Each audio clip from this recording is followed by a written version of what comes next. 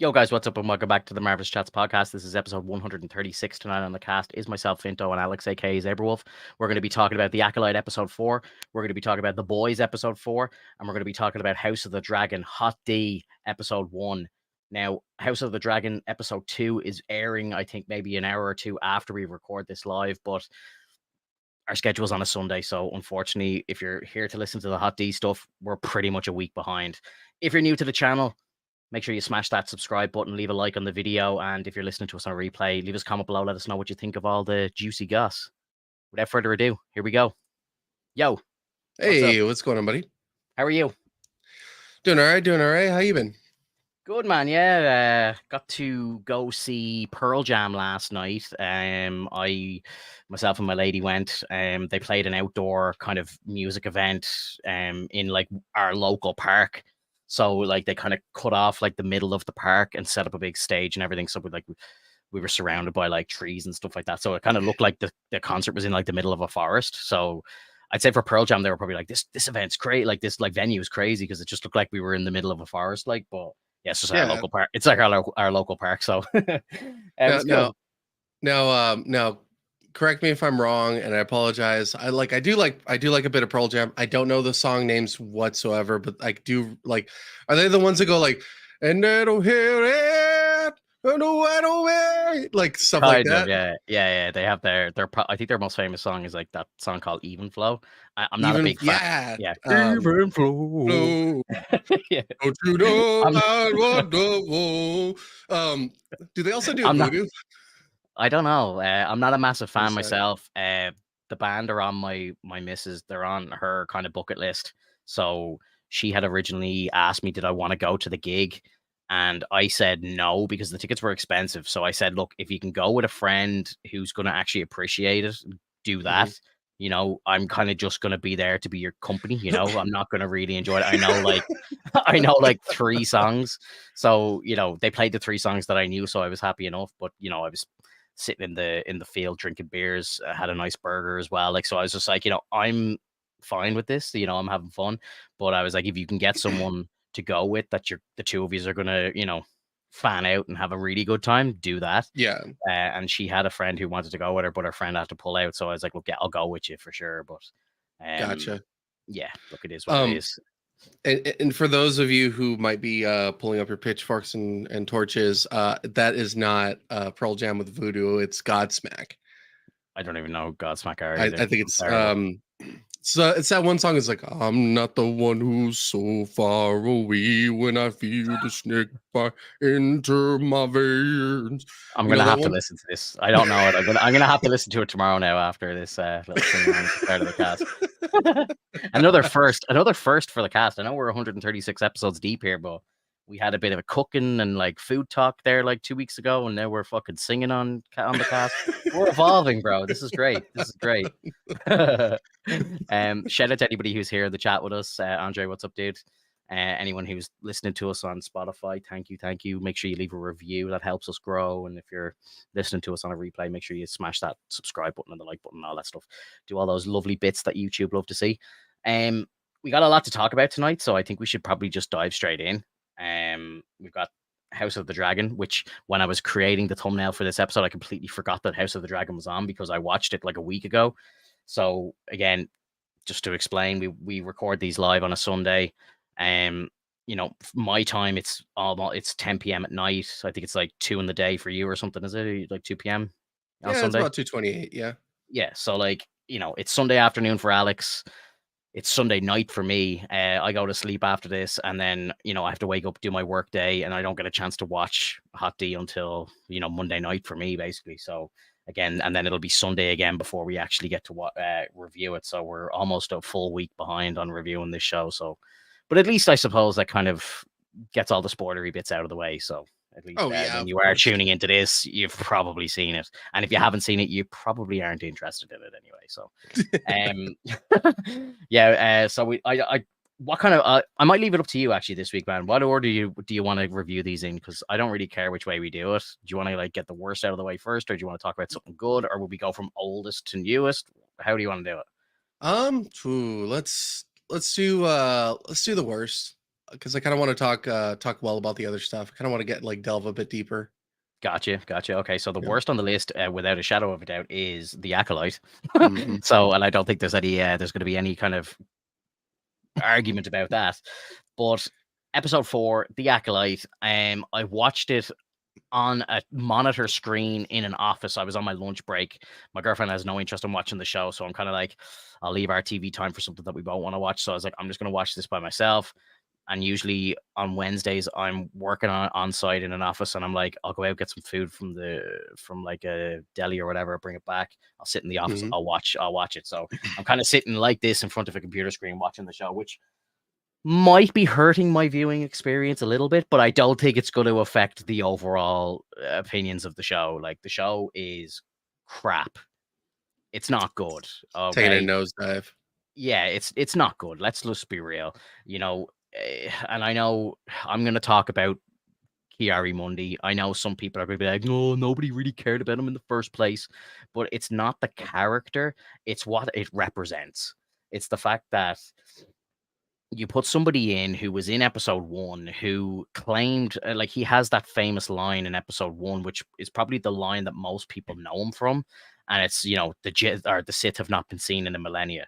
And then we go to this show, and he's sitting in the room with a fucking girl who was created by the Force, and her evil twin is killing Jedi, and he's just sitting there with his arms crossed, pretending like it's not happening. Like, what the fuck?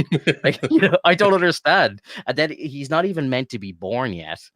Like, if they literally, I don't know if you saw any of the kind of controversy about it during the week, but Oh yeah. straight after the watch party live, they changed his date of birth on like Wikipedia.com, and like people were watching Star Wars Theory's live stream of it, and they went to like people like noticed that they were changing it live, and they were actually literally watching the site being changed in front of their eyes. And it's just crazy, bro. And like, some people are like, well, you didn't know his date of birth before the show started. And it's like, well, that's not the point. Do you know what I mean? I'm not the one writing the show.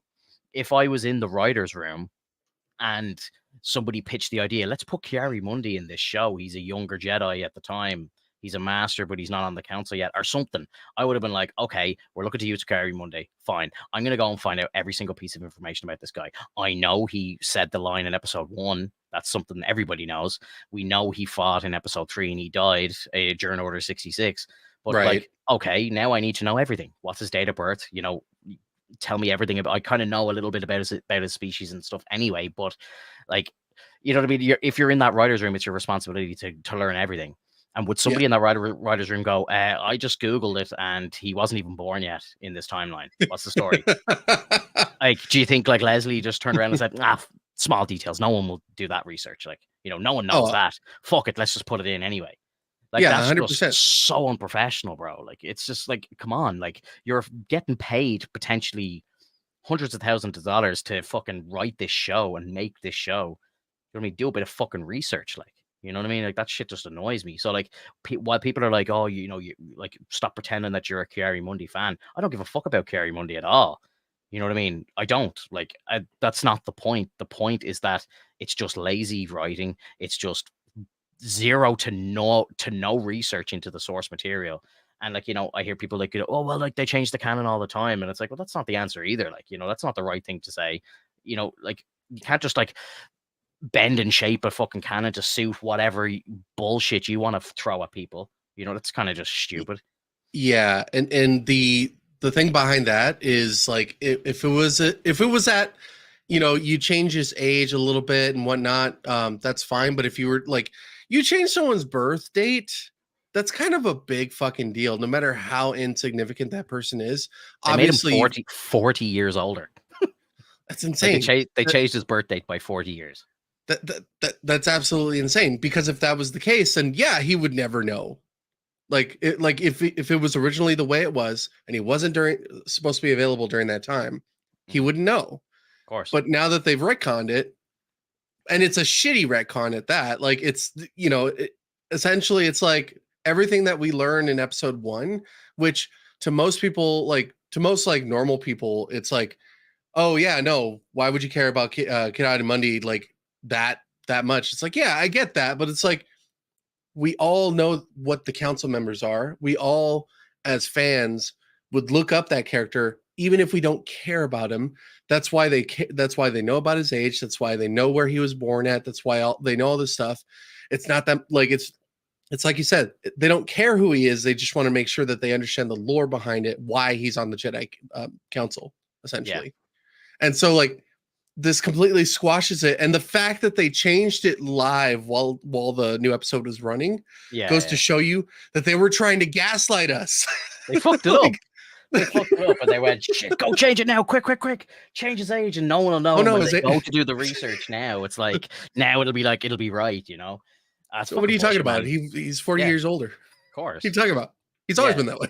Yeah, so, but like now, like imagine now, like you go back to watch episode 1 when this is all said and done, and you're watching that scene where Anakin's doing his interview, and it's kind of like, is Carrie Muddy sitting there just kind of sweating, going, oh God, I hope they don't ask me any questions about the Sith from back in the High Republic. Like, I was there, you know, fuck, I better not say anything. I hope Yoda's not reading my mind right now. You know, it's like, what?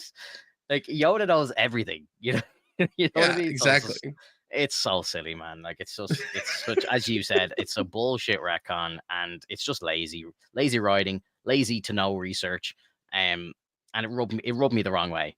And I know a lot of people will, oh, you know, you're just being a sweaty and whatever. Just sit back and enjoy the show. It's like, I'm trying, bro. I'm trying. You know, I am. I really am. I'm giving it a shot, giving it what I can, but it's not giving me anything back. No, and like, you know, then to go on to the episode, the Wookiee dying off screen, another thing that pissed me off. And like when May finds him, it's just like he has a tiny little slit across his chest. And like in the last 2 years, we've been watching people getting impaled by lightsabers. Reva got stabbed at the age of like 8, and then again as an adult, and she seemed to have survived both stabbings straight through, like fucking in one side, out the other. And then Sabine in Ahsoka gets stabbed through the chest as well, and she's fine too. But this Wookiee gets like one little tiny, what looks like a scratch, and he's dead. I don't know, bro. It's like are lightsabers lethal or not? Like what's going on here? Make up your mind, Disney. Like, are they lethal or not? Dude, you are preaching to the choir on this. So I know you haven't watched Attack on Titan before, and I apologize for the spoiler, but I got to bring it out. There's a character named Reiner, and he gets his head cut off, but because he has a power, I'm going to be a little vague, because he has a power that nobody knew that you could do. He apparently was able to transfer his power from like where his head is down to his body, and then like finish the transformation so that he could live. Right. And out of the entire time that we've ever seen the show, correct me if I'm wrong, people in the chat, I don't recall at any point anybody getting their head cut off and then like surviving a moment later, except for one character that you all know if you've watched it all the way to the end. There's only one, and that's only because we saw why it happened. Right. You know, so like it's one of those things where like the creator, who obviously loved that character, didn't want them to die and knew that they had to serve a better purpose. Had to serve a better purpose, essentially. Why do writers do that though? I just like, you know, it's like, just don't cut his head off. Like, you know what I mean? It's like, right, I don't understand why. Like, I know you gotta have your, like, you gotta serve the writing and, you know, mold the physics of the show or whatever to make it match. Like, and again, you know, same with the lightsabers. Like, you know, today lightsabers, a tiny little slice will kill you because that just helps us tell our story the easiest. Like, you know, whereas people are just getting stabbed left and right, and it's because it's a character that you like. It's like, okay, well, she'll be fine. You know, right? Oh man, I don't know. I really don't know. Like, it's hilarious. But a good example of that, which most people on the internet I've noticed were pissed about on One Piece. I know you're not going to watch the whole thing because this is like way later. In Wano, there's a character named Kinemon. He's been like fighting the main boss of that arc. Essentially, he was beat to shit, cut up like crazy, and was literally coughing up blood and dying. He gets transported alongside his friends to a spot that get repaired, and it's like, okay, that's fine. Then he runs into the main boss again, which is Kaido. Kaido beats him down, takes a sword and stabs it into his back, and like we all think, okay, well now he's dead. There's no fucking way he's completely fucking dead. Well, then we find out the half of his body from the bottom down, it's still alive, and he's like barely holding on.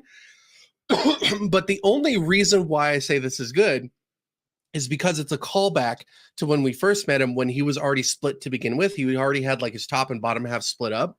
And it's because another character chopped him up without necessarily chopping him up. It was like a surgical kind of thing. Gotcha. And he's like, and so he goes, oh, that's so weird. Maybe the way that he put me on, like it wasn't complete, so I didn't lock back in. And so like I still maintained that separation. And so like it's not like the best, but it's good enough for me to go like, okay, all right, I can live with that. But yeah, but people on the internet were like, this motherfucker should have died. And it's like, no, like they explained it. If they hadn't explained it and he somehow lived, I would have been pissed. Yeah. Well, look, at least they've kind of covered their asses a little bit for for the sweaties, at least, you know, like regular fans maybe not so much, but yeah, look, at least they can go, well, you know, go back to this episode and you'll see, you know, you'll get your answer. But there's like, to go back to the Acolyte, like there's no there's no kind of logic to what's going on right now. Like that Wookiee dying like that off screen, like I guarantee you, I'd nearly put money on it that within the next 2 episodes of The Acolyte, we're going to see somebody get stabbed right through the chest with their lightsaber, and they're going to survive, and they'll be fine. And we'll just be sitting there going, "What about the Wookiee?" You know, yeah, like exactly. It's going to happen, bro. I know it. It'll be Saul or something. Like he'll get stabbed in the heart or something, like, and it'll be like, you know, they'll use force heal on him or some shit. Like I'm waiting for it, man. Like they're gonna use force heal or something, and you're just gonna be like, oh my god, are you fucking joking me? Like it's ooh, how about the cardinal sin? Full on revival. Yeah. Like what they did at the end of episode 9. Oh, yeah. Like just completely cut out 9, being like, oh, revival's been a thing. Yeah. It's like, oh, by the way, Anakin, you could have just done this the whole time. Ghost Anakin's just sitting there going, what? Yeah, God, hopefully not. But yeah, I don't know. I just, again, the pacing of the episode was kind of shitty. I didn't like it. Just kind of ended like abruptly as well, which kind of pissed me off. It was kind of one of those moments where, again, I'm thinking like, oh, this just really feels like it wasn't developed for TV. They're just kind of cutting it and going, next episode started here. You know, I like, was that meant to be a cliffhanger? Like, I don't really think so. It just didn't really. It kind of annoyed me when it ended just after the force push. Like, I don't know. Like, how powerful is this Sith? I kind of laughed when he came like floating in as well, he or she. I kind of have my thoughts. It's either the fake Ezra Miller or it's going to be the mother witch. Like they're the only 2 options I can think of. It's one of them. And I think if you kind of freeze frame, if you watch that scene again and you kind of like watch it slow, I think you can see, if you look, like, I think you can see like the user's neck and hand, and it looks like black skin. So I'm kind of thinking it's the mother. That's my thought. That'd be cool. I mean, but yeah, it might still be a bit wasted, because it's like, it's a little we didn't obvious, really, I think, as well. it'd be obvious. It would be obvious, and it would also be like, you know, you didn't really make us care enough. Yeah, you didn't make us care enough about the character to really care that they're still alive. Yeah. So I don't know. I really don't know. Like, I think budget Ezra Miller is a good guess as well. That's all a lot of people are saying online. It's like he always kind of seems to just disappear from the scene, and then, you know, at the right time, and then it's like, you know, oh, the master won't be happy, and then like he disappears and then the master shows up. Like it's kind of a little too obvious. But with how bad the writing and everything is in this show, I wouldn't be surprised if it was him. Yeah. You know? So I don't know.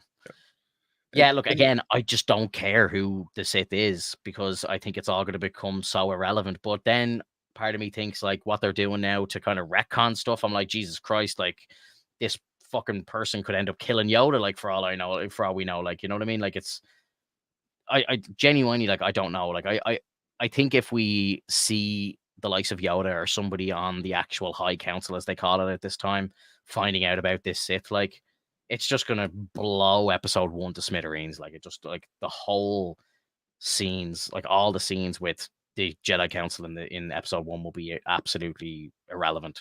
They won't make any sense.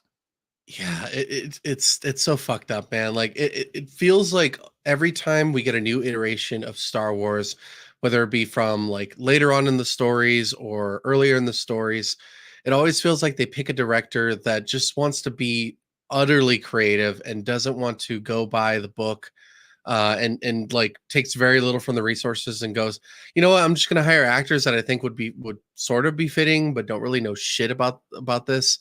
You Yeah. know, at least when we like, I've seen TikToks and such comparing, the interviews between this cast and the cast from episode like 2 and 3, Yeah. which like you see Natalie Portman talk like in depth about like Anakin and Hayden Christensen working as Anakin, and like Yeah. the progress between like the his conflict with both the light and the dark side, and it just felt so fluid and natural. Like she was able to just talk about it, like no problem. Yeah. But then you get like, but now it's Research has so been done, right. And Yeah. now it's now turning into basically the interviewer is asking way too many questions and causing the interviewee, which doesn't have any knowledge of things whatsoever, to just go like, yeah, that's what happened. That's totally what happens. You know what? Because things like this. And it's like, dude, what are you doing? Like, if you It's don't know so what you're talking, unprofessional, bro. yeah, Yeah. yeah. If you Stop don't know talking. what you're talking about, shut the fuck up. Like, Exactly. just stop. Like 1000%. you're ruining it. Like you're I don't even care. I do not care. Do not care about the gender. I do not care about the sexual identity. I don't care. Like it's if you want to be that way, 100% I will back you on that, but do not pander me when you're trying to tell a story. No story has ever been that kind of way unless it's a love story, and this isn't a love story. Yeah. Like No, definitely not. you This is a can't be murder doing this mystery to us. story, like, Yeah. or it's So what it's like meant to be. yeah, so who cares? Who cares that you have two mothers? Who cares that you don't have a father? Who cares that like everybody's a lesbian in that coven? Who cares? Did you tell the story right? And if it's no, get the fuck out of my way. I'm going to move on. Like Yeah. that's simple. Yeah. Yeah. I think they're trying to focus on the wrong things in this show, like that little weasel thing, like, which was I annoying as well. And when like OSHA is like, is it a he or a they? And it's like, did they actually use a they pronoun in Star Wars to describe a fucking little like rodent? I'm like, what the fuck? I'm like, why is that even there? Like, that's there to piss people off. I'm sorry, like, it doesn't piss me off. I laughed. I thought it was funny. But I'm like, why is that there? Like, you're putting that there for a reason. Do you know what I mean? Like, it's just, see it's silly, bro. see, and it would be so much clearer and more comfortable if it had been just like they were just talking as if they already knew. Because if you talk as if you already know, nobody's going to care, because then they'll be like, okay, so they are this, they are that, like Yeah. they them this, like it's already fluid. We know it's like, okay, so we can pick up on that. They're Yeah. trying to make it sound like we're idiots Yeah. and don't know pronouns. Yeah. So if we like, and I know that there are some people in this world that hate gender pronouns, but if you want to be like regarded as such, I will do so. Just don't make me feel like just don't make me feel like an idiot because I didn't know what the fuck you like pronouns that you had initially. You Mhm. tell me ahead of time, I guarantee you I will respect it. Don't go, excuse me, I'm this. Like, Yeah. Yeah. I didn't know. Like, fucking tell me ahead of time, man. Yeah, Seriously. wear a fucking label on your jumper or Do something, like, you know what I I mean? would I If would you're gonna act yeah. like that. Yeah, I'll wear the label with you. If it makes you feel stupid, I'll wear it with you. Shit. Yeah, yeah, I know, bro. It's just it's again, I hate saying it, but it feels very forced and it just doesn't feel 100%. fluid and natural. And it's just it doesn't work, man. Like if they didn't even mention the he thing and they just went like they just referred to the weasel as they, whatever. Yeah, yeah, exactly. Whatever. Like, Yeah, who cares? Like, again, I would kind of see what they're trying to do anyway. Like, it's all so fucking obvious. But again, I would just be like, ah, whatever. But it's just the yeah. fact that they threw it in there, and it just, yes, oh man, it didn't work for me at all. I just, yeah, I don't know, man. It's just this show is just, it's They're a tough they're watch. It's a really tough watch. they're too focused on other people's emotions when they should be focusing on what's actually the plot. Like none of this feels comfortable. Like even with May and Osha, like May talking to I forgot the guy's name who's like George, is it? all George? The dude with the Jedi Knight with the dreadlocks, is it? No. The is it May that's on the dark side right now? Yeah. May's the evil twin, we'll call her. Right. You can just say evil twin, I suppose. The evil twin. So the person that she's with, like traveling with, what's his name again? Ezra Miller. Is that his Ezra name? Miller look? No. The dude who looks like Ezra Miller. Yeah. I don't know his name. Okay. Well, I'm not sure. He was the dude who took over the potion shop, who made the potion for her. Is that the guy you're talking about? Yeah. So why is it that like all of a sudden now he's like a sniveling little like I don't know, like it's just kind of it's like, dude, weren't you like a bit more confident earlier? Weren't you more concerned earlier? Now you're just like I'm kind of like in the background now. And it's like, did you just shove this character out of the way so that you can make May seem a little bit more important? I don't know, bro. And like talking about stuff like that, the switch up that May had at the end of the episode as well, when we'll call him Ezra Miller, when Ezra went up into the net when he got captured, and like, you know, the way he's hanging upside down, and she's like, I'm just going to turn myself over to the Jedi. So I was like, what? I was like, what? You've just killed. What? You've just killed 2 Jedi Masters, and you're about to be framed for the death of a 3rd one, and you're just going to hand yourself over. I just want to be with my sister. I was like, what the fuck is happening? At no point during that episode were we like, oh shit, she's about to turn a new leaf. Yeah. That was just out of fucking nowhere. I was so taken aback. I burst out laughing, bro, because as well, the lines were really poorly delivered by the actress as well. So it was just kind of like, I couldn't stop laughing. I was like, what am I watching here? This is just so silly. Like, you know, oh yeah, well, my sister's alive now. And it's like, you think she would, like, if she was going to make a turn like that, you'd think that they would maybe show a scene or two of her by herself, maybe just kind of, you know, reflecting or something, you know, and then when it happens, they could be like, okay, it looked like she might have been like struggling with a decision here. It was just so out of the blue. Like they're literally walking to the Jedi's hut, and then she just turns around and goes, I'm turning myself in. I want to go to the Jedi. It's like, what? Where did you make your mind up on that one? The second he went up on the rope, it's like, oh shit, I'm done for now. He's captured. I got to turn myself in. Like, I give up. Yeah. Well, like, she might as well have done that. She's like, I give up. All right. Yeah. All right, you're done. Man, it's diabolical storytelling. Like, it really is. It's shocking. I don't know if you watch any of the like the Star Wars YouTubers, but there's a dude, the Critical Drinker. Like, he's getting pretty big right now. Like, he's doing like Pierce Morgan interviews and stuff like that. Like, but he does like kind of like reviews of each of the episodes, and like he just kind of puts slideshows up and does like a narration over it. But his very kind of brutal review of this show is quite funny to watch. Like, he's just he'll call all the bullshit straight out, like, and just be like, you know, what the fuck were they thinking doing this? Like, it's very entertaining to listen to. He's very well spoken. Highly recommend. Dude, man, those things, like, although it's fun at times, like, they do upset me because they're pointing out even more things, and I'm like, oh god, yeah. Like, I'm just like, but they are very fun and enjoyable to watch. I still need to go back to Prism. I know that you were telling me about like looking at all the different AI generated stuff. Like, I definitely want to check that out. The Prism stuff is fantastic because, again, it's Star Wars told the right way. Like, you know, it makes sense. It's connecting in the right ways. Like, you know, yeah, it's just, it to me, it feels like proper Star Wars. You know what I mean? And like, even around the Kenobi show, you know, again, it should have been the easiest home run of Disney's life, and for some reason they under budgeted it and just turned a script that was originally meant to be a 2-hour movie into a 6-episode show and just fucking filled it full of bullshit. I don't know why.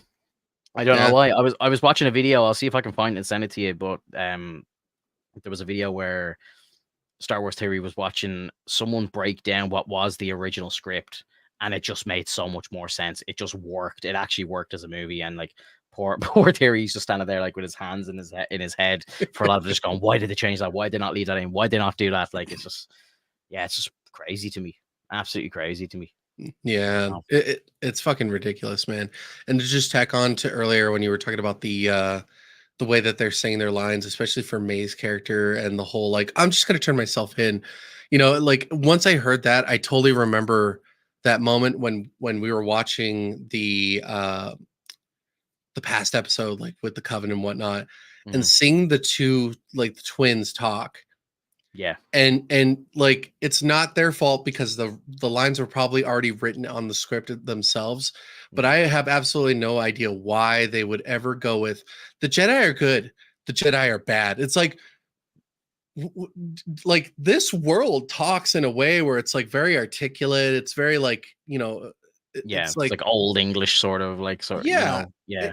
And all of a sudden you want to be like they're good, they're bad. It's like, oh my god, like Yeah, we're in the it's past. Like if you were in the future, I totally understand. Maybe the dialect has changed here and there, but mhm. like you should be talking kind of in the way that they were in the past. Yeah. It's it's fucking Stop making bonkers, sense. Stop making sense, bro. dude. No, I agree. And like even like I hated the way in they had them like kind of play fighting with each other and wrestling and all like they just have to break out in these little stupid fights and stuff. It just looked bad, you know. It just didn't look good. I don't know. Like I don't know kids do that obviously, but at the same time it's just like no, it doesn't work. It doesn't work on Right. screen. Yeah, Yeah. it doesn't work. And again, they're not amazing actresses either. But but Sorry to say. but that's like it could be the direction, it could be anything, True. but it's True. it's hard to tell. If this is their first role, it kind of like sets a bad taste in everyone's mouth. Yeah. I think If there's some okay performances in this show, so I think that there is a skill gap as well. But like your man who plays Saul, I think he's very good. perfect, like he's Yeah, doing a fantastic job. he's probably the best part of the show, to be honest. And the dude who plays Jord, the Jedi Knight, like I don't mind him either. He's been He's okay. I like him Yeah, too. yeah, And then even the guy who does the potions or like had the potion shop, he mhm, wasn't too bad. It's just the lines that they gave him later on in the next episode felt a little off. It's like, okay, well, yeah, we knew you at this point. Now you're changed at this point. Like yeah, it's just like you said, man. It's all over the place. It's effectively uh, you know, they didn't know what to do with the next episode, and they're like, let's just put this here. And yeah, it's very much possible that they had this budget, and then they're like putting it into like maybe the last few episodes. Maybe they're gonna have like a big spectacular fireworks show of an episode. Um, but it's preceding like all this garbage that we have to crawl through essentially just to reach that moment. And if the outcome is interesting, it's still not going to be enough for me to go like, you know what, Star Wars is back. And even yeah, then, like it's sad, man. It's sad to think about that. yeah. I think they've done some like irreparable damage right now. Uh, just for this series right now. But I think there's going to be some serious kind of shit rolling downhill into the prequel trilogy if they keep going. Because already they've ruined like Carrie Mundy for me, like and I know I might be nitpicking in some people's opinions, but honestly, they've retconned something which does damage parts of episode one now. Hmm. And if the show keeps going, I didn't think it could get any worse than episode three. Episode four, I think, was slightly better, but honestly, I think they were at rock bottom with episode three. So the fact that the episode four was more watchable than three, but the Monday thing was just shocking to me. And then I fear that that's not the end of it. We No, have 4 episodes left, and God, man, anything else could happen. Like they could do some real damage in the next 4 episodes. Like I think they've got the power to do that. Like so, I really don't know. Like I saw because as well, like when Kiari Monday showed up, like I was like, oh, maybe that's not him. Maybe it's like just a relative of his, or hmm, just another one of his species. His species are almost extinct, so that I was thinking like maybe it's like his fucking dad or something like that. But hmm. um, then you see like there's a Plo Koon lookalike, and now I'm thinking like Jesus Christ, they might actually introduce that as him as Plo Koon, like because I was watching theories like breakdown. And he's like, "There's no way that Dave Filoni would let them use Plo Koon because it's his favorite character." Like, and like if anyone was going to use Plo Koon, it would be Dave. But now like I've heard that like Lucasfilm apparently, like Leslie Helen said, that Dave Filoni actually signed off on all the scripts and everything for this show. So he read over everything and went, "Yeah, go for it, use it."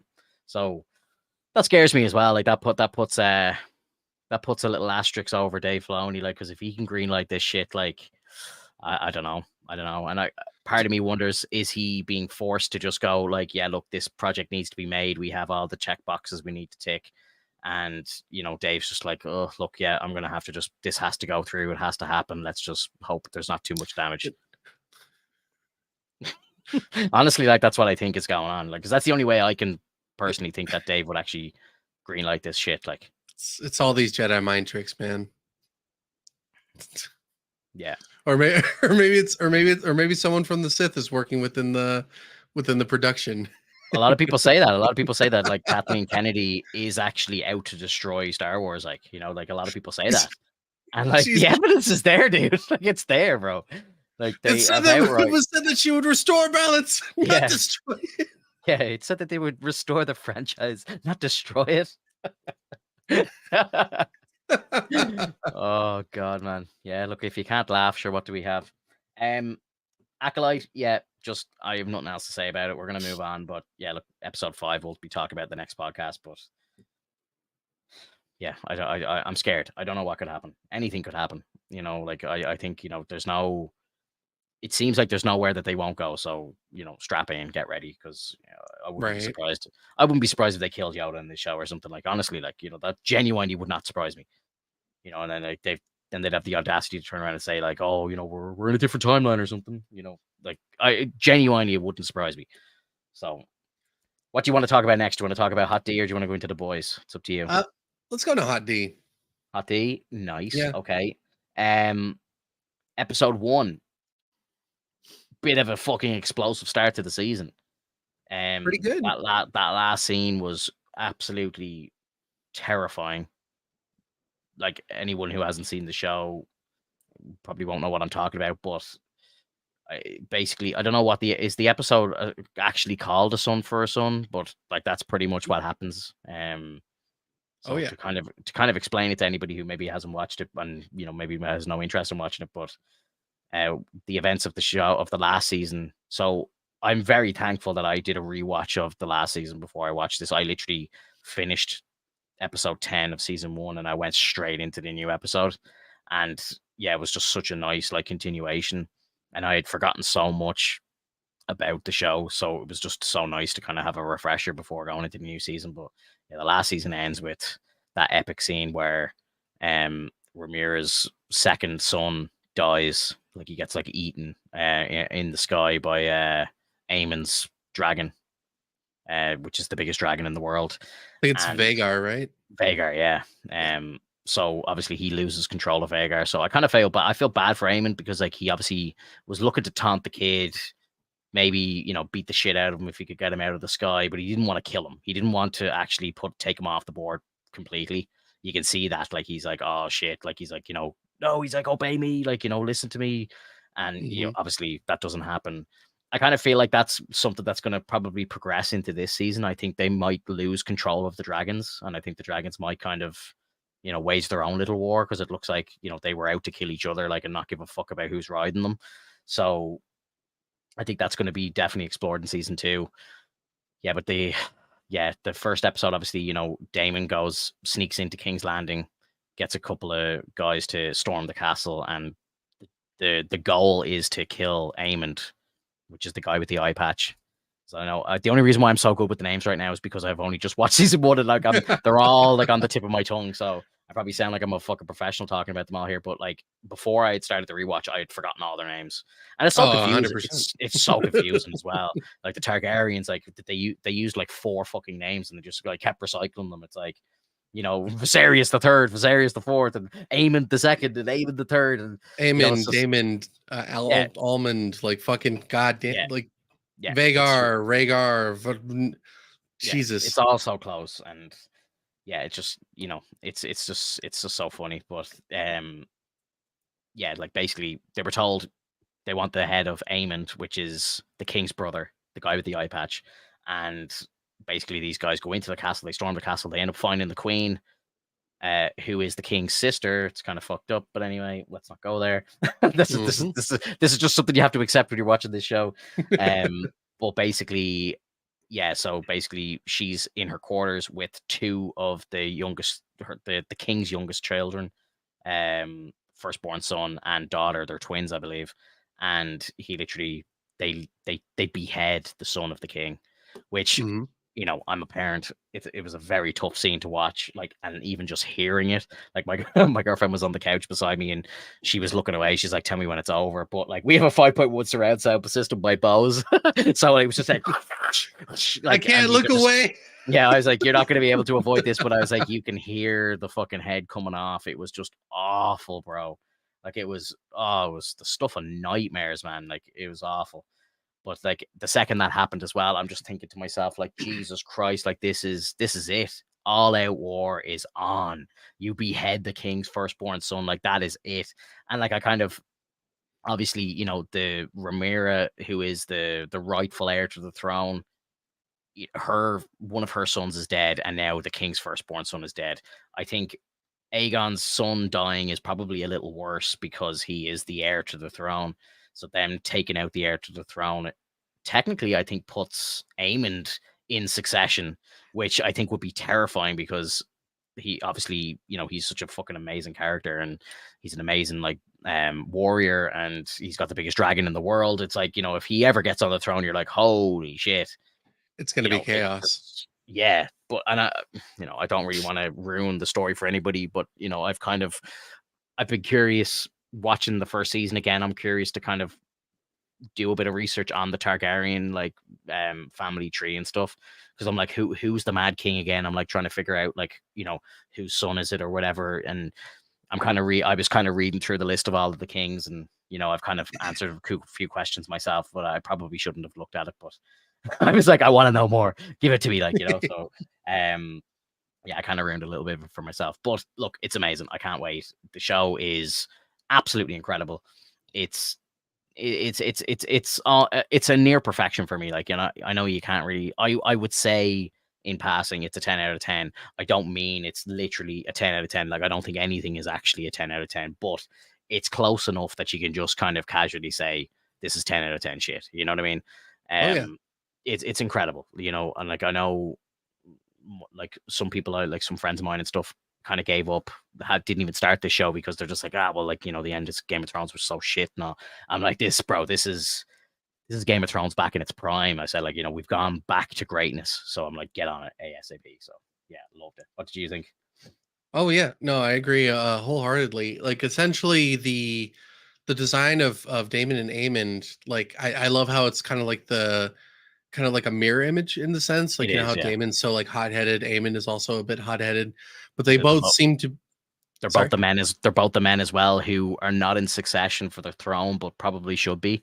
So Right. again, they have that in common as well. They look alike, they act alike, they're warriors. Everything alike, everything about them is alike. And I've said this from day one. I said those two better fucking fight. I want to see Damon versus Aemon. Like I have to see. I would Like love that. yeah, we have to see that, like, bro. That fight has to happen. And I know Damon is like old now, but still, I think he give him a good fucking go, big Yeah. time. Yeah, it's gonna be And such a good fight. and the whole situation with Alicent basically getting it on with that knight, like I can't remember the knight's name. Was it Christian? Christian Cole, Cole? yeah, Christian Cole? Cole, but yeah, Yeah. Basically like that's a whole nother level of fucked up because like that was Rhaenyra's and now it's like now it's with Alicent. It's like yeah. holy shit, she's just taking over what she wants at this point. I think he's such a fucking loser as well because he was like so obsessed with Ramira, and then like when she kind of like pushes him aside, then he like kind of turns on her, and now he's like just like, you know, fucking, you know, he's like the queen's little puppy, like. And I don't know, man. I don't like him as a No, character at all. no, He's no, I agree. Like I don't like him either. I think it's like it's very much like a go fuck yourself kind of situation. yeah, It's yeah, like, yeah. yeah, but I mean like you know it's just a weird situation. You know, Alicent is basically a widow. She could in the sense that she can almost do whatever she wants, but she has to do it in secret. She's not the Uh, she's not the queen anymore either. So, you know, it's like she kind of can go out and do whatever she wants. Yeah, yeah, she's it's what is the term like? Because Aegon is Aegon old enough to rule, or is it still like? Aegon is the king, and I So, believe okay. has been the king now. Because again, the timelines are kind of fucked up because you'll see even at the start of episode 1 where Rhaenyra's oldest son has gone to the wall, Hmm. remember? But like he has like long hair now and all, like, and he kind of looks like fucking Jon Snow or something. But you're kind of thinking like, I was a little confused when I first saw it because I was like, is this him? I was like, what the hell? Because again, as I said, I only watched episode 10 and then straight away went into this. And in that space between one episode, it looks like potentially a year or so has passed because his hair's all really long now, and obviously it would have taken him time to travel to the wall. And Right. obviously, and then the Raven has just arrived with the news that his brother is dead. So you're kind of like, okay, he's been dead a while now. If the news is getting to the wall, because that's so far away. So yeah, the timelines are kind of, they jump and jump and jump. They go all over the place. So, but then as well, like again, I think the timelines are so confusing as well because like when we see Rhaenyra, she finds like the dragon wing, so I'm kind of like, is part of this story happening just after the events of the death, and then part of it happening like down the road, like the bit with the son where he's at the wall? Because I'm like, it would have taken him a long time to get there. But then when he comes back and starts reporting, like, oh, we have the Starks, we have the North, and blah blah blah. It kind of feels like that is like still kind of current time for Rhaenyra, but Well, I think months and months have passed. I mean, it depends. Like, do Rhaenyra's sons have any dragons that they can ride? They do, yeah. So, like, it might be a bit faster for them. Maybe they can get to where they need to go, maybe about like 3 times faster than they usually would. Still But doesn't explain his hair growing so fast though. yeah, and like, but And the we've seen that. Ravens getting there and stuff. I don't know. Yeah, and we've seen that kind of stuff in the past before, where like, oh, they forgot their hairstyle is supposed to be this way and whatnot. So like, Maybe. kind of giving them a little bit of a pass until we can kind of like confirm that. Mhm. But essentially, like, it could also be that there's like, just like you said, it's like different time frames. Maybe after the death, it may have been like maybe a week or two before, like afterwards, and then they got news that like he might be gone or dead, and Yeah. that Aemond got him. Um, and so that's why Rhaenyra needed to go find out whether or not he was actually dead. Once she found out, then she's like, okay, now my head is back in the Yeah. game. I'm ready to go back into the swing of things. And the first thing we need to do is kill Aemond. Yeah. Which I think it's a great moment because she walks in. The only thing she says is, Give "I me his want head. Aemond," Yeah. I want and his head.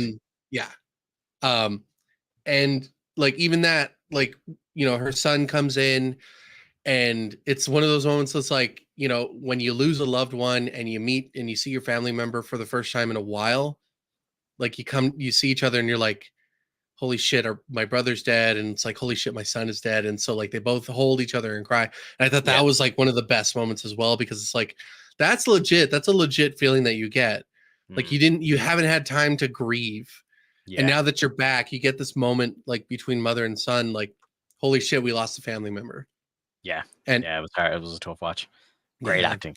Great oh acting. yeah, Yeah. 100%. Such a, like, so many great actors in this show as well. Like it's amazing. Um. Yeah. I don't. With Go on. Sorry. I was gonna say with Alicent, you see like near the end of the episode as well that she's starting to get like some sort of condition, and I'm thinking it's got to be like Viserys's condition that he previously had. He had Like maybe, leprosy. Yeah. yeah. So like maybe she's getting it Oh because God. I I hope mean, not. you're technically not supposed to like touch anyone that has leprosy. True. True. And she was getting fucking impregnated by him and all when he had it, like he was falling apart. Like it's such Yeah. a hard watch for him. Like such a, again, Paddy Constantine, such a phenomenal actor. I'm sad he's not in this season. Like obviously he had to go, but he was such a fucking great character, great actor. Um I love, like, and I would nearly recommend go back and watch season 1 again. Like it's so good on the second time around because you know more, like what's going to happen, and the family names better, and you have a better connection to the characters. So even like watching them grow is just so much better, I think. Hmm. Um, but yeah, and then like I think you're a lot more like in the know when the timelines jump. You kind of notice them a lot better. To where like I remember the first time I watched it, and when they go back to King's Landing to visit the king for the last time, and he's like fucking half his face is gone and all. But like, it's like they're lifting up these little like Targaryen kids to like introduce to the king, and it's like, what the fuck? It's like, I thought she was only just pregnant, but it's like that's actually their third child, and you're like, oh my god, like it's just like the time is so confusing. But when you kind of know more, like when you're more comfortable with with the show, I think it becomes a lot more clear to you. So I Right. kind of think this show is, and I want to go back and watch Game of Thrones again because I've seen it maybe in its entirety. I've only seen it once, but I have seen like maybe the first two seasons like once or twice more, and I've tried to kind of go through rewatches, and I kind of just give up, and because I'm just like, oh, whatever, something else comes out. But I do want to dedicate proper time to it and do a full blown rewatch, maybe of just the first six seasons. But um, yeah, like I think I'll enjoy it like so much more, just because again, once you kind of know the history, the show just even hits so much harder. It's crazy. It's such a fucking great show, so well written. Um, yeah, I'm really, Yeah. really, really looking forward to this season. Like, I think it's going to be all out war. You know, we're going to see dragon fights. We're going to see fucking sword fights. Everything. Like, I'd say a lot of people in this show are going to get killed. Yeah. Do you know? Is this show going to continue? I know it's the source material is a very short book, right? So I don't know how much story they have to tell, and I think part of the Um, story. well, like I can't say too much because I don't know if it's going to be that short of a run considering what happens later on. I did do some like additional reading as well. Not like reading the book, I just like looking up the lore and whatnot. But essentially there's going to be much more to come. I can't say too much because it is spoilers. It's 100% spoilers. Like it will like be like, oh, okay, so then this should happen. Yeah, So essentially you're going to have like, this is kind of like the act 2, I would say. right. And then there's going to be an act 3, and then I think there's also then I think afterwards is going to be an act 4. Wow. Okay. So like I think it should run about 4 to 5 seasons at the most. Yeah, Um that kind of surprises me. I would have thought maybe like I wouldn't have been surprised if coming to the end of season two that would be the end. But yeah. And yeah, you never know, they might continue beyond like what these books work with, which I mean, yes, that's probably a problem, but like if they have enough lore to work with, they could probably like weave their way into more stuff. So like if they wanted to, they could stretch this out. But in terms of this story, like yeah, it's going to be a while. Like we had the act 1 with the whole like the separation of Rhaenyra from Westeros and King's Landing. Um, Now we're doing basically the fight between the two. Um, uh, what are they called? The two royal families, I guess. Like you could I guess you could say it that way, between the High Towers and the my God, what is the Targaryens? And then then the next act, and then after that. So I don't want to say any more than that, basically. yeah, no, I don't. I purposely, again, I looked at the family tree, but that's as far as I went. I didn't want to actually read any kind of plot points. You know, I kind of want to be as surprised as possible. Yeah, it's gonna be pretty cool though. Like I'm excited to see like how they do this. Hmm. Yeah. Fuck yeah, dude. Yeah, I can't wait. Again, I know we're recording this on the 23rd of June, so the next episode is coming out very shortly now. So again, I'll probably be watching it like this time tomorrow. I'll have seen the next episode. So very, very excited. Can't wait. Yeah, I want to see a disemboweling. Like I'm waiting for it. Yeah, big time. Big time. Do you want to talk about the boys? Yeah, let's talk about Last that episode of the night. disemboweling. Whew. Man, Anthony Starr in this episode of the show fucking hit a home run, man. Homelander hit a home run. Like, incredible performance. The episode as a whole was probably like not like amazing, but like it felt a little slow in parts. Like, I know there was obviously quite a bit happening, and I think it was building a lot story wise, but Mhm. there wasn't an awful amount going on. You know, my girlfriend turned to me during the show and was kind of like, "Oh, this episode is a little boring compared to the rest of them." And I was like, obviously, like excluding the Homelander stuff, which was just a really intense kind of build up of that scene. Um, yeah, I kind of felt like not a massive amount of stuff was happening. Obviously, you know, Butcher, there was that big reveal that Butcher kind of has a kind of safety net, like when he was getting choked out and then he kind of blacks out, but then something inside him is kind of saving his life. I think there's something we've kind of known there's something living in him, but that something has abilities or a power. So, I don't know. It kind of reminds me of that little girl in episode 1, like when she kind of looked like fucking Resident Evil shit coming out of her and she was like killing people. I wonder, is it that sort of thing?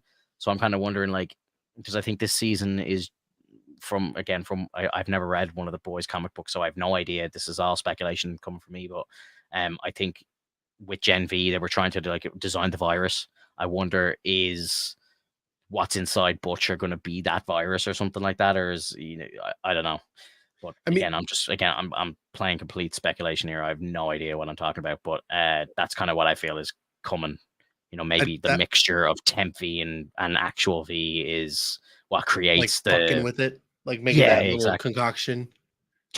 Makes a fucking parasite or some shit, or I don't know, but see, and the way I see it too, like if you're right about the whole virus thing, how awesome would it be that like if the finale of all this is that Butcher's a bomb, like and essentially like has the disease in him, and then gets killed by Homelander, and it just causes like the spread onto him, and it just but like it effectively gets him because it's like at the center point of it, which I think would be really cool. That's actually a really cool thought, like to think that like maybe he just mixed everything with him. That could be a possibility. The I agree with you though. Like I think that the mixture between the two, the temp V and the compound V, somehow made some sort of parasite in him. Who knows if that's actually going to be curable, or if it's just something that he knows is part of the power that he has now. Because if that's the case, then like his power is completely different from what he originally had.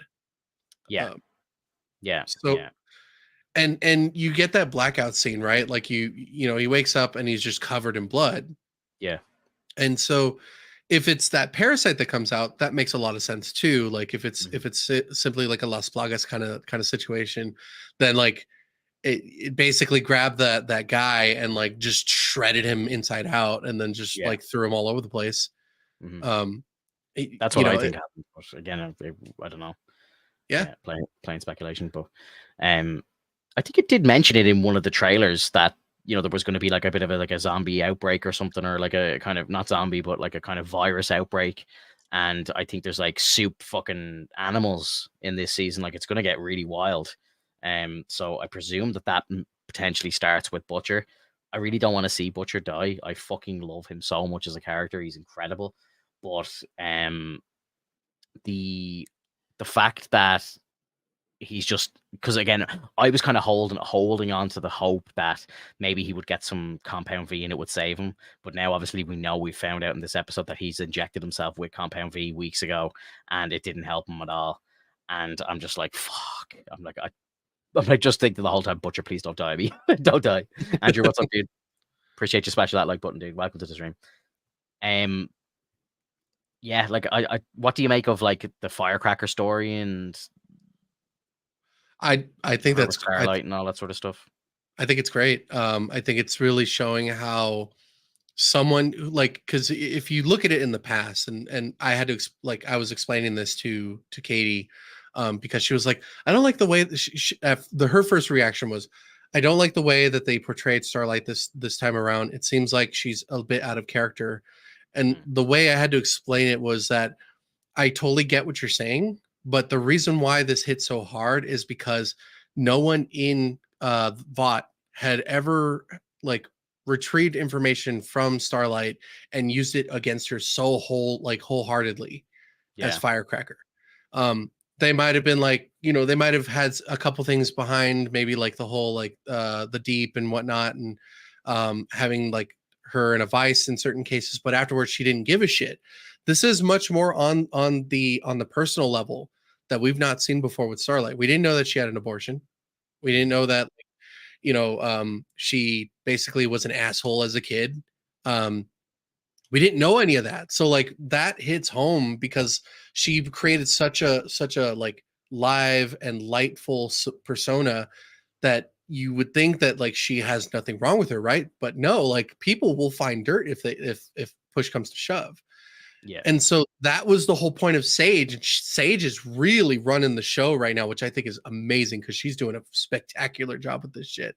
It's fucking hilarious too, because she's like, she's so up in her mind that she can't take, like, it's driving her insane, but she's loving the fact that she's able to take control in some cases. Yeah, And it's all just puppet strings for her. Like, she knows exactly what's going on, and she knows that Starlight is going to react that way when the news comes out, and it's like, boom, there you go, that's the next block knocked over, and we move on. And you know, it's all just a game of chess for her. Like, you know, it's easy pickings. Like, that's real life, bro, as well. Like, you know what I mean? And I think like the show has a great way of kind of poking fun at the real world. Like, you know, this is exactly what happens. Like, you know, political things, like, you know, they just go and look for dirt on the other person, and away you go. And you know, it's all too real. And I think that's maybe what's kind of annoying a lot of people about the show, is like it's getting a little too real, you know. And I think it's kind of like starting to slowly offend some people, because it's like, oh, they're like clearly just ripping the piss out of like my ideals or whatever, or, you know what I mean? Like, and it's kind of like, have you not been watching the show since the start? Like, they've been doing this since day right, they've one. been Like, doing this. yeah, you're just only kind of copping this now, you know. It's kind of like, fuck's sake. So yeah, I think they're maybe getting a little too on the nose with it. That they're kind of maybe losing some people. But I think I think the flat earthers. I think it's fucking fantastic. You know what I mean? It's fucking great. And that scene at the end as well. I've an awful time with like anything to do with eyeballs or anything like that. So for me, seeing Sage getting like lobotomized or whatever, like, I was just, oh man, that was such a hard watch for me. Like, I can watch people getting cut in half all day. That doesn't bother me in the slightest. But just her getting like hammered into her eyeball and all, like, it was such a rough watch. Did you ever play Dead Space 2? I haven't played Dead Space. No, I haven't played any of them. Ooh. They're on my list. But if Oh, you're gonna say man. something about eyeballs, man, I won't play it. I'm out. You've steered me away from it. I'll tell you this, it's not bad. It's as long as you don't fail.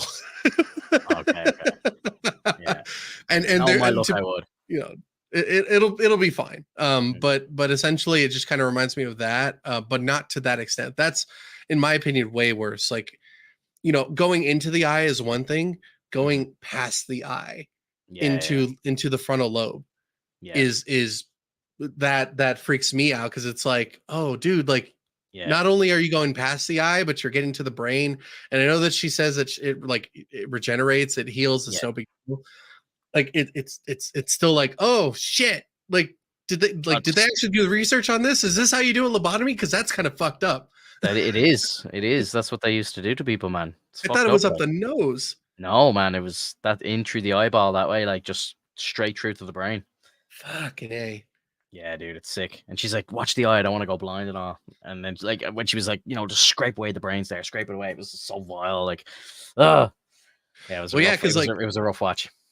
Yeah, because the way it is like, you have to take the hammer, you have to chip away at the membrane, and then like you have to scrape it off, because like otherwise all you did was like hit the membrane. Yeah, it's fucking weird. Like, yeah, and she's like, my brain continuously grows, so she's obviously knocking it back a peg so that it grows a bit slower or whatever, has to regen, and then that's her chilling out. You know. I love when like it started taking effect and she's like, and I was like, oh my god, like she's drunk or something. Like, yeah, it's so funny. I love it, dude. I love that. Like, she's such a great character. The actress who's playing her is like doing an amazing job, and she's fucking killing it. And then she goes off with this, and I'm like, she's obviously part of HOT. Like, she's totally part of the 7. She's meant for this job. Like, so good. It's so good, man. Yeah, talk about the Homelander scene as well. Like, psychotic Homelander. Just, I kind of one of the questions I had was just like, why now? Like, why is he doing this now? Like, I would have like wiped these people out a long time ago. Like, if they like tortured him as they did and all. But as your one said at the end, you know, it's like, we couldn't hold you here. You stayed here of your own accord. Like, you know, you had nobody else. It's like, we couldn't have controlled you. We couldn't have held you here if we wanted to. It's like, you kept coming back, like, sort of thing. Like, so that was kind of a bit of a realization for him. But again, I asked the question, like, and I don't know if it's gotten to the stage where Homelander just doesn't give a shit anymore. Like, the public image is kind of out the door, and he's outright killing people in the streets, and people are cheering for him and stuff. So I think he kind of thinks, I'm invincible here. I can do whatever the fuck I want. So I presume that's why he's gone down and wiped these people out now, because he just knows there's going to be no repercussions against him. But yeah, if I was, tortured and tested on like that, like, I probably would have wiped that team out a long time ago, me personally. But yeah, But I don't know. I saw Kripke was saying, like, he's like, I hate that everybody loves Homelander because he's meant to be the bad guy. Like, I'm like, I can't not love the guy. I just love the character. Like, it's fucking amazing. And like, I'm like, I'd be probably I wouldn't be as evil as him, obviously, if I had powers, but you would kind of have that god complex and everything. Like, that's kind of just the way it would be, because you would be a literal god. Like, so. I mean, if you think about it now, as opposed to season 1, so like I would say like you can consistently hate him up until the point where he's kind of like doing things on his own. And like I like him. I know he's a villain, so like I don't like that he's a villain, but I like that he's trying to do things to like he's kind of like almost trying to get rid of the things that would tie him down so that he can become the ultimate villain, essentially. And when you see that he gets rid of like the old lab and like thinks that he's top dog and whatnot for doing such, it still doesn't get rid of the fact that like he's a lonely soul. And so you kind of feel sorry for him in some cases. But at the same time, like he's a force to be reckoned with, and like he's unstoppable at this point. There's no way that you can kill him right now. We don't know how he's gonna die. But eventually, he has to die. There's no way you can get through this whole show and tell me he doesn't die. And if he does live, fuck, like then I guess that's how the game ends, which I think it still would be poetic, regardless of whichever way you go, whether he dies, whether he doesn't die. It's going to end spectacularly because you'll know which way the world is going to spin. Yeah. I think my kind of guess of how it goes, again, I don't know any source material, but I'm going to guess that Ryan is made good, and then that Ryan's going to take him out. It kind of feels like, he's picking all of his gray pubes and stuff like that. He's starting to age. He feels it. He can tell he's kind of feeling a bit inferior, and he's not feeling as strong as he used to. I think Ryan's going to come along, and like when he matures, like he's going to be the hot shit. Like, and I think he'll probably just end up wiping him out. He'll have to, just to save the earth, sort of thing. Well, it also shows the mortality of him. Like it's, yeah, exactly. he always tries to say we're not human, and it's like, no, you're absolutely human. You've just been given a serum that's allowed you to become so immaculately powerful that you think you're a god. Yeah, you're essentially a superhuman. And so like that's where the term superhero and villain and stuff like that, they were coming from. And I like it's that same situation. Like the boys seem like the bad guys because they're trying to kill the soups, in the sense, like, but that's not the case. They're trying to kill the people that aren't really taking up the mantle the right way. Starlight is technically like one of the better soups, even though she's done a lot of things in the past that I would say are not very thoughtful. Like she's, she tried to get into certain things. She was an asshole at the beginning. She could have been an asshole later on, but like that's the whole point of this episode, is showing like, she expressly said, that was a personal thing. I've changed since then. And it's like, well, it's too late now. You just kind of like, you punched the shit out of the person that was basically accusing you of all these things. You didn't handle this in a civil way, which that's what a lot of things, that's the outcome for a lot of these things. Like when you feel like you want to punch someone and you don't, like that's being the better person. And therefore, like, that's the whole point of this episode too, is like, no one is being the better person. No one. Everyone is doing the wrong thing.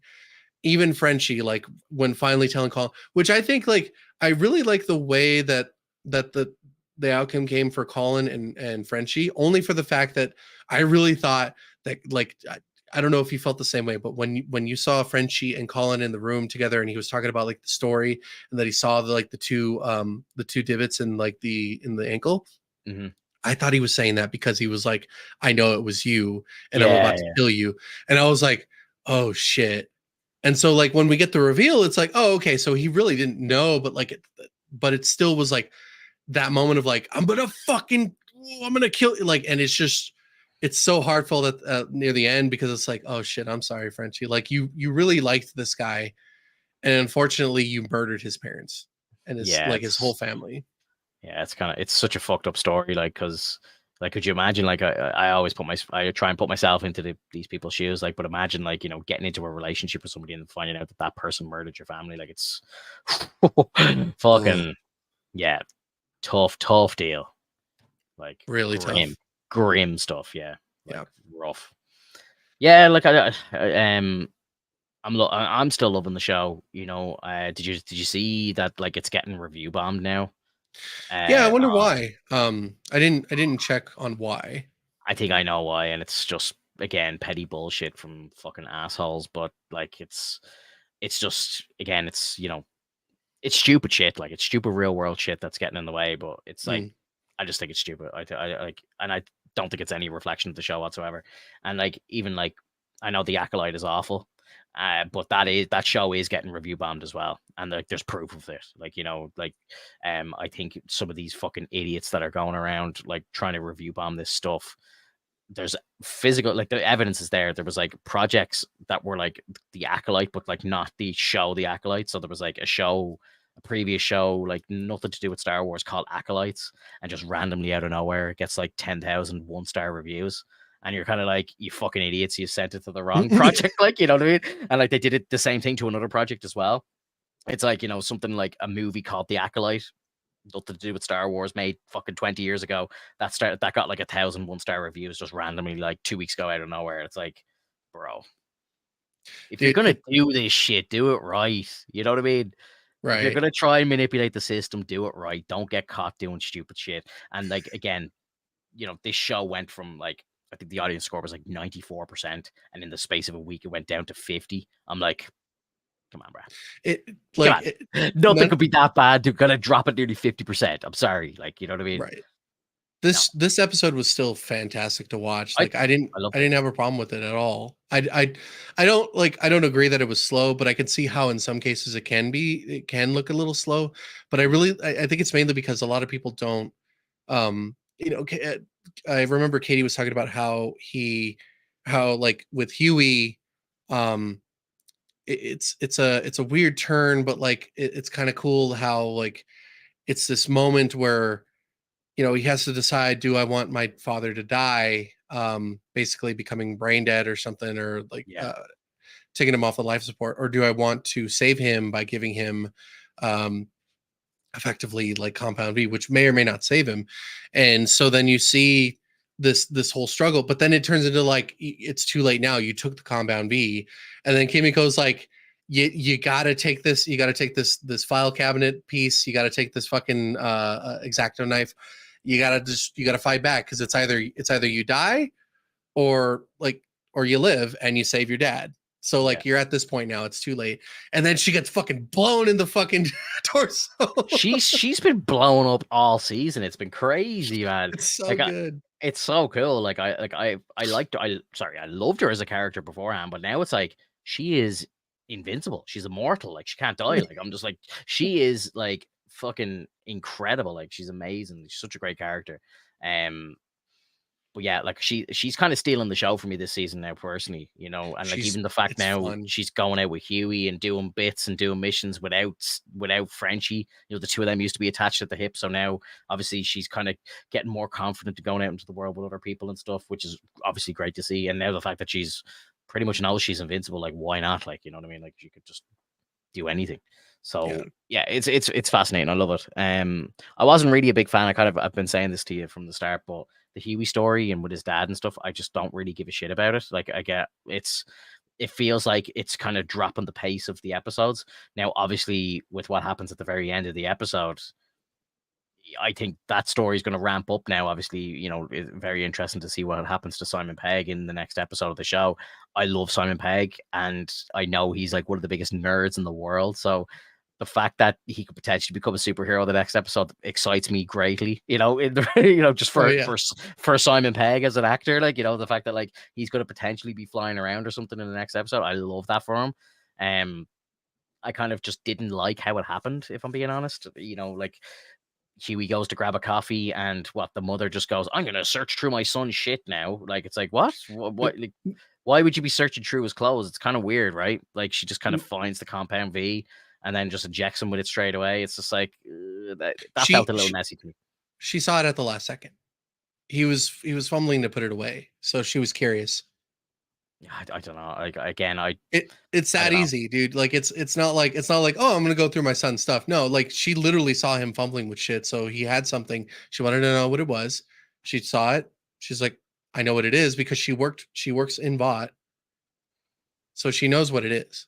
I don't know though. Like I didn't perceive it that way, but maybe you're right. Or she had some, which I think would be a great twist. Like she didn't take his vial. She has her It's a own. vial that she brought, which would be insane because then it's like, how the fuck but she works in bot. So it's like, how the fuck did she get her way around all Does that to figure does she actually work in VOT though? Like, is it it's not the real VOT, if you get me? Like, she works in like a beauty fucking section of like VOT marketing or something. It's not thought it was like really like thought it VOT was like a VOT, if that makes clinic. sense. Yeah, I no, I think get what you're she saying. sells like beauty products or something. Like it's like VOT affiliated or whatever. And that's why he's like, why would you be pushing that shit in here? Like, do you not know what this company did to to my family? Hmm. And I just don't think she would have access to V. If she got it, great. Um, but then again, it kind of goes against how she's been acting for the whole episode. If you think about it, because obviously, like Huey's like, we have to try and keep him alive, and she's sitting there going, do not resuscitate in action here. Like, I have to respect his wishes. Like she's kind of like wanting him to die. So then it's kind of weird that she pumps him with the V at the end. Maybe I suppose it's like, oh my god, this is a Hail Mary, great, let's do it. Like, but Well, the way I see it, behind that, it's not so much that she wants like her ex-husband to die. It's more so yeah, like they're telling us it's over. yeah, I'd rather not leave him on life support. It's best that we let him go, let him be put to yeah, rest so that he's not in a fucking he's in this vegetative state for forever, essentially. And mhm, so to have that answer in hand, she would absolutely take it. I never for one second thought that she was against what Huey wants. She just didn't have the answer yeah. until he I brought hope it. so. I hope so. I hope you're right. Yeah, I don't know. Griff is asking in the chat here, do we think like that the butcher story is possibly like with the parasite is like a symbiote thing? I didn't think of it as a symbiote thing, but like we did talk about this before you came in, bro, and we were kind of saying we mentioned the parasite thing and kind of saying that the parasite could potentially be the outbreak of like the virus, perhaps, or something, like mixing the temp V and the compound V together, maybe like created what will become the virus that starts infecting all the animals and stuff like that as the show goes on. Because I think we saw in one of the trailers that there's like animal soups that are going to be showing up and shit. So we were kind of potentially theorizing that maybe, and I hope I'm wrong and I hope we're wrong with this, but maybe Butcher's death is the outbreak of that. Like he's kind of patient zero or something. And I hope we're wrong because I don't want to see Butcher go. I love him so much. But yeah, possibly. I think it could be like a parasite outbreak that happens when Butcher explodes or whatever Yeah, happens, and that's it. Like, yeah, patient zero, ground zero, boom, away we go. Big massive outbreak. Yeah, I hope yeah. not though. But it I, would be I cool think if if we saw like like a symbiote kind of thing happening. Like if we get to see the transformation, like obviously we kind of got moon knighted a bit with the blackout, but yeah, I hope essentially. if we got to see like a fucking kind of Venom style, like the boys version of Venom or something, that'd be fucking sweet. I didn't even think about that. That would That'd be be really fun. cool. Yeah, because like a lot of these characters are based on I think the seven are based on DC. Yeah, yeah, it's Justice League, like Yeah. Superman and Wonder Woman. It's very much Flash and all this sort of stuff. It's very much the Justice League, and they even do like the Dawn of the Seven, like the movie, like so. It's kind Yeah. of yeah. They're like we're DC, like so. Yeah, it would be interesting. I don't know if DC don't really have symbiotes and shit, so but it wouldn't surprise me if they did take some shit from the Marvel side too. Yeah, I guess the closest thing to a symbiote in DC would be the rings, the just the lantern spectrum. Because Yeah, there's all these different types and whatnot, but like that's a very broad description of it. Because it's all based on like your emotions and whatnot. And I know that like for symbiotes, um, a lot of their strength comes from like the psyche of the character that they're taking over. So like that's why Carnage and Cletus Cassidy are like so in tune with each other, and basically like Cletus was like, yeah, take me, I want to be the killer. And so like that's what makes Carnage so powerful is that like just that drive and the Yeah. insanity from it. Straight So acceptance. Yeah. yeah. Oh, it's so good. But Venom 3, man. oh You've dude, just got me. You've got me thinking about Venom 3. the I'm just like, last dance. what's gonna happen here, bro? I'm It's so scared. it's gonna be the last dance, bro. They're 0 for 2 in my opinion. So I hope they can kind of try and end it on a high note. But I don't know. I kind of like the first one. The first one was okay. It wasn't like the best, but it was okay. yeah, I don't know. I just wasn't a big fan of it at all. I get it. I get it, Yeah, dude. And it's sad because like I'm such a big fan of the symbiotes and like Carnage and Venom, and I was yeah. hoping that those kind of movies would entice you to be like, man, symbiotes are fucking cool. These shows have like done nothing to make you feel that way, have they? No, I'm like, again, I love it, but like, I was very passionate about the fact that you can't have Venom without Spider-Man, and when I hear that they're making a Venom movie and not having a Spider-Man, it kind of hurts me as a Spider-Man fan, and maybe I let that get to me a little bit too much, but the proof's in the pudding, and the movies haven't been good, and I think if they had a Spider-Man, I think it would help out a lot, and I know they're trying to potentially bring like a Spider-Man into it at some point. I think that's where the story's kind of going. I think and I believe you can actually see there's a young Peter Parker in the trailer. So I think Venom is going to go to New York looking for Peter Parker, looking for Spider-Man, and then they're going to find that, oh, our universe, he's only a kid or whatever. Right. Which I I mean, I don't know, just make it Andrew or something. Like, it'd be so much cooler. Like, it's like you have the bullets are there in the chamber, they just won't fire it. Like, it's yeah. give Andrew his Venom. The other two have had their Venoms, they've had their alien encounters. Let Andrew have his alien encounter. You know what I mean? Like, they kind of teed it up in No Way Home, and they're just afraid to pull the trigger. Yeah. Yeah, it's We'll see how it turns out in the long run, because I think eventually they're going to want to try to work with that. And I agree with you that in certain cases, there's no Venom without Spider-Man. But like there's also these like these series with just Venom. It's just, but like that's the one thing after the fact, though, right? yes, exactly. So like I would say Yeah. that establish him in a good way, where like you like the character, even if he's bad at the time, he's really much like he's an anti-hero in the sense, like he's Of course, he's he'll eat a body, if need be, he'll kill a guy. 100%. So like, but establish it between Spider-Man and Venom. It doesn't necessarily have to be the origin story. It could be like a later on thing. Maybe just have him show up out of nowhere and be like, "How the fuck did this happen?" And then maybe Yeah. explain it later or something. It doesn't have to. We don't have to do like reboot after reboot just to kind of reintroduce like the origin story or whatnot. It could just be like what we saw in Homecoming, where we saw Peter. Peter was already Spider-Man at the time. Just didn't have like the proper costume, didn't have everything set up yet. It was kind of a cool concept. And then we see like his true origin story, like in No Way Home, because like Aunt May passes and whatnot. And so like it's kind of a cool concept with that. But like, just I don't know, just introduce Venom in a cool way and then like do a series. Well, one thing I'll give them props for in Sony, I think they're kind of cleverly what they're trying to do is create like the Venom hive mind, and like that Venom knows about the entire multiverse already, so that kind of helps to the fact that it's like Eddie doesn't know about Spider-Man, but maybe Venom does, Mhm. and then like that all the symbiotes are connected throughout the multiverse, so technically they know about Spider-Man already. And then I suppose you could do a kind of multiversal hop into like a new movie, but technically it's the same Venom, but maybe there's a new Eddie or something like that, like, you know what I mean, and then it jumps into the MCU somehow. I Mhm. think there's ways to potentially cleverly save it. I just don't know if they actually have the balls to do it. I really don't know. But I saw news during the week there that the way they're doing a Spider-Man noir TV show with Nicolas Cage on Amazon. Apparently, they're trying to kick off a kind of live action Spider-Verse universe of like kind of connected content. And apparently they're looking to do like a live action version of like Miguel O'Hara, and he's going to be working with potentially Kang or something. Like it's going to get crazy. And then there's talk of like bringing in Null, like the symbiote god and shit like that. Like, so I think there's like cool ideas out there.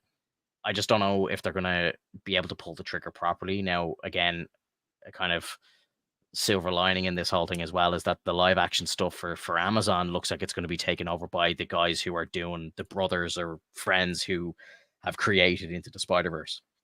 So those dudes are going to be doing like the Spider-Man noir stuff, which is fucking fire. So you know that really Nicolas Cage character that's being done by those guys who are doing Into the and are Beyond the Spider-Verse and stuff like that. So that's a big fucking win. Like that's very different from what Sony's trying to do in their live action shit. You know, that's just off the walls. Any truth to Craven showing up in Spider-Man 4? Again, Sony's so in the air like that. Like, you know, they could put something out like that. You could think they could be talking about Tom Holland Spider-Man 4, but for God's sake, like that could be like him showing up in fucking like Toby Spider-Man 4. Like you just don't know. Sony are such a wild card that, you know, yeah, that could be true, but it might be for a different Spider-Man movie. It might not be for the one that we think it's going to be for. Like that's how kind of messy it is at Sony. But if you can kind of get all this like multiverse, like Into the Spider-Verse shit in live action and have it all under the umbrella of these guys who know exactly what they're doing. They've done like a trilogy. By the time this comes out, they'll have done a trilogy of movies that are perfection. And yeah, like that's the way you need to do it. So fingers crossed. Yeah. It does make me hopeful for all the things that you just mentioned. The only thing that I would be against is probably the Null situation. I think that's like pushing way too far ahead of the scene. You know, like people barely learned about Null not too long ago. Like it just seems to me like you know there's this hype over like this new type of character that's introduced into the world of Marvel, and they're like an all-knowing god or a being of like superior power. They could be evil, they could be good, but regardless, like they're just like this massive character that that's portrayed, and they look fucking cool. They're badass looking characters. You know, if you've ever seen a picture of Null, he looks like he looks fucking because he's the King in Black. And it's cool. It really is. But how are you going to get there if there's no purposed like attachment to like the world itself, like in terms of like weaving in the symbiotes, like the hive mind situation, like that's a bit later on in the times. Like you don't really learn about that until later on with like Venom, and you kind of don't get like further into it until like it gets a bit deeper into the roots of things. And so to like take this enemy or this villain and like just put them out there in a movie, it kind of does a disservice, because then it's like you're going to make him a one-off, aren't you? You're going to kill him and then you're going to make someone else the King in Black, essentially. Like it's the reality, dude. Like that's what they did to Thanos. Like they gave Thanos 2 movies and then that was it. Yeah, he had like a couple cameos here and there, but like honestly, like it feels like, as much as I really liked Endgame and Infinity War, I really wish I could have seen more of Thanos. I think that they could have done a lot more with it, but because they locked themselves into movies, it just kind of ruined that situation. The same like with Kang, you know, they're kind of having a little bit of fun here and there with it, which I think is a good idea, but the concept that they're trying to come out with, which doesn't necessarily make sense to me, really pushes it in the wrong direction, you know. And unfortunately, Jonathan Majors being convicted of what he did, or he was found guilty, essentially. It put a wrench in the gears, and essentially, like, you know, stopped that whole process of like Kang was going to be the big bad. But I did like that they were trying to make little bits and pieces here and there and show like there's different variations, which is what they should have done with Thanos, in that like he's been kind of working here and there, he's been kind of doing this, he's been kind of doing that, he's been plotting for this, he's been plotting for that. when Infinity War came around, he just kind of showed up. Yeah. We didn't really get like a full on like his plan or anything until we got to the point where he just showed up. And that's fine. It worked out for the movie and all, and like it's a great way for them to like, you know, have the plot like unfurl and be seen as a whole. But you know, imagine trying to do that for Kang and not like what's Kang's plan besides like causing a multiversal war? So what is that going to essentially look like? And then they're going to introduce Battle World and they're going to do Secret Wars and whatnot. And it's like, okay, so you want to do Secret Wars? Like, did you establish the X-Men yet? It's like, okay, so now they did. So like we have the X-Men. The X-Men exists in the Marvel universe now. We don't know what we know that it's in the universe where X-Men 95 and 97 like were a thing, or 92, I think it was. I can't remember. Like it's working out. It's kind of like pushing itself forward. But now we know that there's Ensabanur, I think that's how you pronounce his name, which is essentially like Apocalypse. But then people are still speculating, well, what if we see like King Ramatut, which is another variation of Kang? It's like, okay, well then, like, what's the point of Apocalypse then? Like, what's the point of this character? Like, why aren't you trying to flesh out these characters? Are you just going to put Ensabanur in there and then like essentially like shoehorn your way into King Ramatut? Are you going to cast aside Apocalypse, which like some people will fight me and say like, Apocalypse isn't that big of a character? No, Apocalypse is a huge character. That's one of the first, that's the first X-Men, or like not X-Men, but like mutant. Yeah. In general, like, you know, you can't keep putting these different characters that have such meaning aside just to shoehorn your way into Kang, which is what they were planning on doing in the first place. Like you could see it from the get-go. Like MODOK, although I know you think MODOK is dumb looking, I know that MODOK is like a stupid looking character at times. He's still a very intelligent, incredibly smart villain. He's designed, like he's just designed to be an incredibly intelligent foe that comes back on a frequent basis. Why? Because he's smart enough to get away if he knows that he's like, it's time to take off. Yeah. He fights Captain America. He fights Spider-Man. He goes up against Hulk. He goes up against Thor. Like he goes up against anybody. And he's also obtained like powers beyond what we've seen so far. There's different variations of him where he's just so fucking powerful. And he's also like a good character in this one, or he's a bad character. Like he's still a bad character in this one. There's so many different variations. And then they just take it and shoehorn Kang for the sake of the silliness of it. Yeah. And it's saddening, man. Like I love MODOK. I don't care how stupid he looks. I love MODOK. Like that character is fucking cool. Yeah, no, the MCU have fucked up a few villains recently. Like, you know, Gore the God Butcher was one that kind of hit me hard too. Like it was fuck. Like you had Christian Bale and you had like Gore the God Butcher, and from what we heard from Bale, like him and Natalie Portman had some like amazing scenes together that were cut from the film as well. So it's just like, oh, what a fumble, bro. What a fumble. And even I'm not a big fan of the Guardians movie, but like, what was the name of the villain in the Guardians movie again? I think that was the High Intelligence. Yeah, like that was like, you know, criminally underutilized as well. Like it just it just felt like I kind of one and done nearly. Like, you know, it's just like, oh. But it is. It definitely was, but I would have to say, like, as the buildup was making its way, you know, like it was really starting to make headway, and it really felt like it was gonna end on a high note. But then it just turned into like a quick death. Which you don't have to kill off your villains every time, dude. Just escape. Just get out of it and be like, we can't beat him right now. Well, like that happens in comics every week, happens in, you know, animated series every week. Like, you know, the villain doesn't die, they just lose. Yeah. You don't have to kill them, just let them lose and retreat or whatever. You know, the day is won, the movie's over, you know. And this is what makes me terrified about Doctor Doom in the future, because I have a strong feeling they're going to kill him. And that's a character that I would hate to see die, because that's such a like it's like Homelander. It's such a beloved villain. Yeah. Like you just don't want to see them go.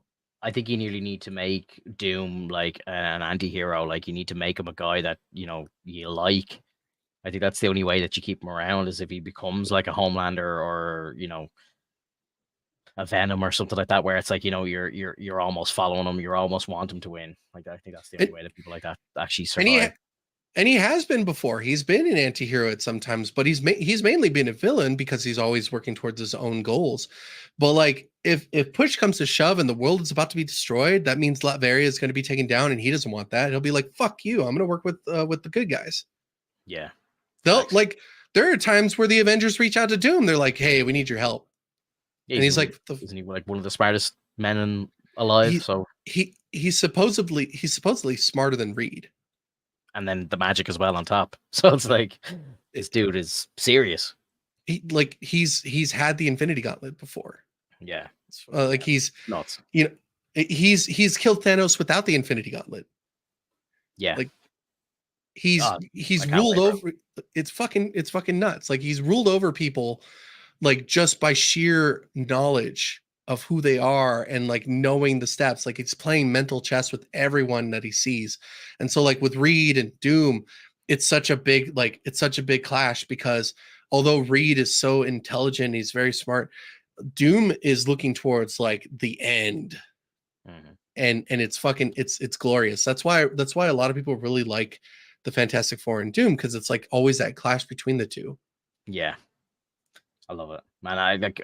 I just hope they do it right. I really do, because every kind of take. Now, I have a soft spot for like the 2005 Fantastic Four with Evans and stuff and Jessica Alba, and I loved the dude. What's his name? Julian or something. I can't think of his real name. The dude who Uh, played the actor who played Doom in the original in the 2005 movie. oh, wasn't correct me if I'm wrong. Was he also the actor in Nip Tuck? Yeah, yeah, yeah. I loved him as Doom. I Yeah. thought he was great. And, that kind of after that, the dude who played him in the 2015 one, like, was just horrendous. But like, I'm not taking anything away from the 2005 version of him. I liked it personally, but commonly or whatever, or on average, a lot of people didn't like that movie or didn't like that iteration. So, kind of live action, we're looking at an 0 for 2 on the kind of general scale. Me personally, I think they're 1 and 1, like, but it could go either way, I suppose. But I just really hope that the MCU nail it. They really do, like, because I think it really makes the future will be shaky of the MCU if they can't get someone like Doom right. In my opinion, because like how do you expect to go on with a franchise and potentially do another 10 years or another 20 years or whatever they're planning to do if you can't get somebody as important as Doom right? You know what I mean? So they have to get that right. You know what I mean? Dude, like Red Skull still exists, and he's Yeah. stuck in a fucking planet doing nothing but just watching over the fucking Infinity Stone. Yeah. And that was, in my opinion, one of the dumbest things to ever occur in a movie whatsoever. Like most people will probably take it like, "Oh my god, he's back," but like, I no, was he's shocked just to see him. yeah, like in I didn't hear about it at all. So for me, when he showed up, I was like, whoa, I didn't see that coming. So that was cool. But if it's true and Evans is coming back and they are doing like the Nomad thing or whatever, or they're doing like the show where he brings back the stones, like that's apparently rumored.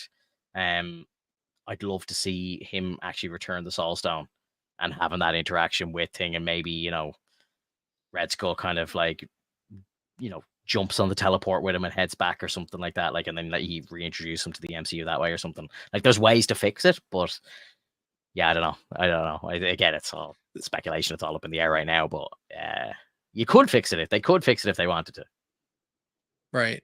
potentially. Honestly, I think it would have been an amazing situation, and I know that like it probably would have been really difficult for him at the time, considering like who he was up against. But like during the moment between Thanos and Gamora, and they're sitting atop, and he's like, "You have to make a sacrifice and whatnot." I would have loved for it to have been like, now that the stone is retrieved, my duty's Yeah, done. yeah. Then I'd like to go with yeah, you. No, I'd like to go with you. yeah. And then he'd go with him. But is he And then alive? He's kind of like a specter or something now, isn't he? He's like it's kind of like he's a ghost or something. He's kind of floating around and all. Like, can he go back? Does he have a body to technically get back into and stuff? I yeah, think there's like, he wasn't killed. He was just transported. but I think he like, I don't know. Maybe I need to rewatch the scene, but if I'm remembering it correctly, he kind of like is floating around as if he's like a ghost or some shit.